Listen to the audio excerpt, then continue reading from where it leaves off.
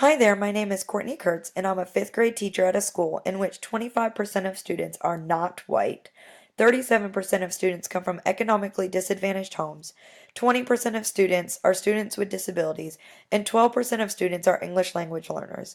In addition, only about 20% of students in each grade are identified as gifted learners. In order to be considered for gifted classes, teachers are to base their recommendations off of test scores. E. Paul Torrance, a leader in the world of creativity, especially when it comes to creativity of the disadvantaged child, noted that if one identified as gifted the upper 20% of a given population on an intelligence test alone, he would miss 70% of those who would be identified in the upper 20% as gifted by a test of creative thinking. He goes on to note there are some terribly important differences between children identified as high intelligence and those identified as highly creative.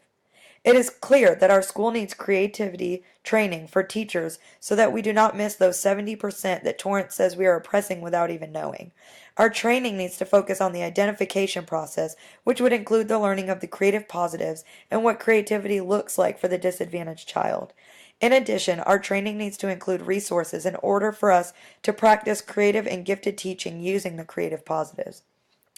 Torrance goes on to say, any adequate program for the education of disadvantaged children and youth must be built upon their creative positives.